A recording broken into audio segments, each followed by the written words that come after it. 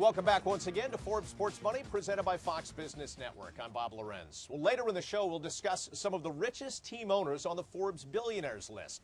But first, we'd like to share with you a story about a regular Joe who made it big. Joe Murphy was a Massachusetts teacher and baseball coach who started a small business out of his parents' garage. His company has been enjoying success even in these hard times. And in Joe Murphy's story, we have found the keys to victory that any entrepreneur can use. Joe Murphy has always been drawn to two things, baseball and helping children. So it only made sense that he would choose a career in education as a teacher and baseball coach. I always loved to work with kids, worked at a lot of camps. It was kind of something that drew me to it. So yeah, always thought, you know, I could teach and I could coach baseball, and that would be the plan. But sometimes life has its own plans. You see, Joe's a can-do kind of guy, and when he ran into a problem that every baseball and softball coach has ever had to face, he decided he was going to be the one to fix it. Being up in the Northeast, obviously we get hit with a lot of bad winter, and for the preseason of baseball, anybody that is up here knows that you basically are starting baseball in the winter. The problem was bad weather. We had a great gym, but I wanted my pitchers to pitch off of a raised surface or a mound, and so it just started me looking for to do that. So as I was teaching at the same time, we had a wood shop, and I wanted to make a few mounds out of wood.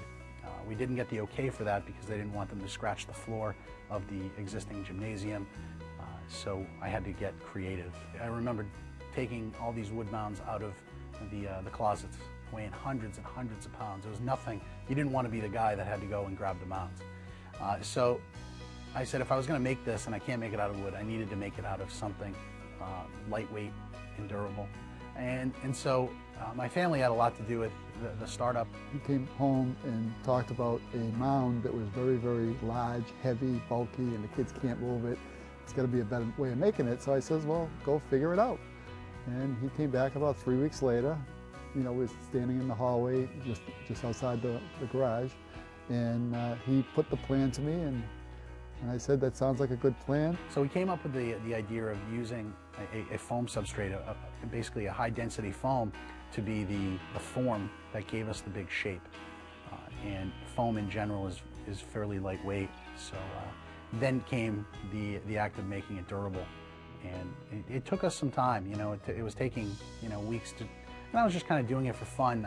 We just needed a couple of mounds for the preseason, and that was my whole intention.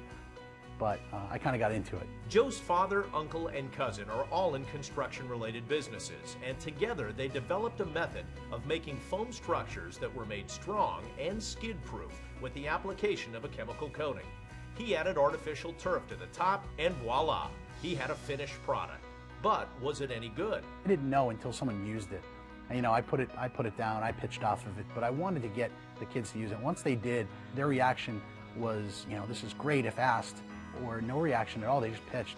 I think that's when I had the moment of, you know, this could go beyond this the one or two that we've made, and maybe try to commercialize it a little bit. I showed it to a couple of people, and what tended to happen was that people were interested right off the back of my truck.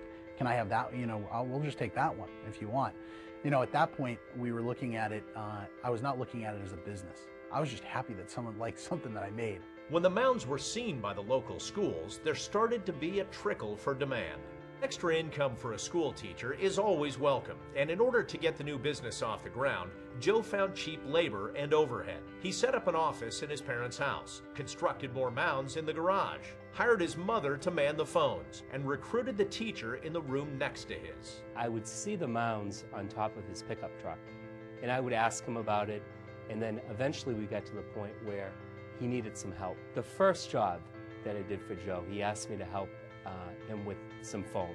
Little did I know an 18-wheeler would be arriving, and it was very early in the morning. It was about 4:30 in the morning.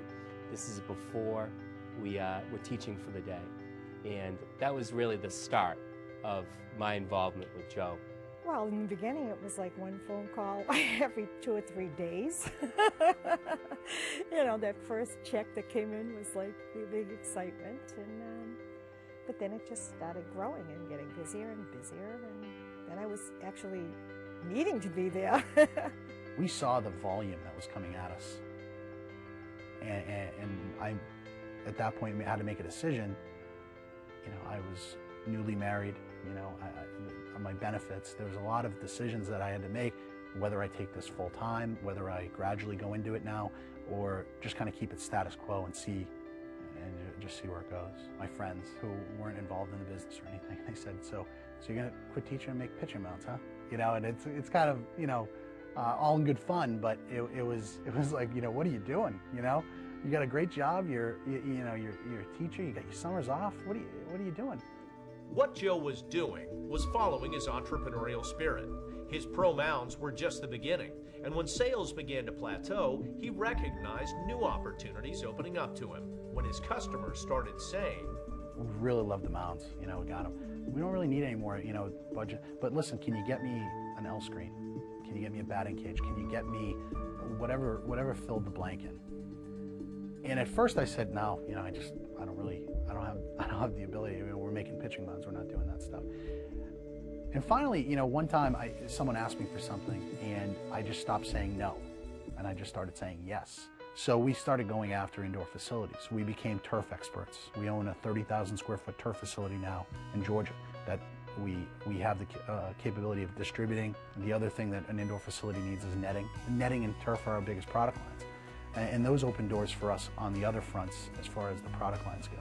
Joe's company took off, making approximately $50,000 in their first year and doubling revenues in the years following. His on-deck sports company just passed the $5 million mark, and his goal is to hit $10 million within the next couple of years. He's even partnered with Jenny Finch to sell special lines of mounds and other products. Unfortunately, there's no such thing as a life without regrets. Joe left his first passion, education, but even in his new life, he's still able to have an effect on the children he cared for. Every year I go back to the school that I taught at, and they have a career day where they bring in people from the community and talk. When I go in there and I get to be in front of the classroom and talk to the kids, it's, you know, not that I don't miss it other days, but that's really when, you know, it kind of grabs me a little bit. He had a great way about him. He formed great relationships with the students. The students came to really respect Joe. And even a few months ago, a high school student, now a senior, chose Joe when he was being inducted in National Honor Society. You had to pick someone, you know, from elementary or middle school. And the student out of probably 30 or 40 teachers chose Joe. I thought that was particularly meaningful because Joe had been out of teaching for a while, but he impacted students in a profound way. I enjoyed it very much. It was a big passion of mine. But this has taken kind of over that, the timing and whatnot, so it's been quite a ride.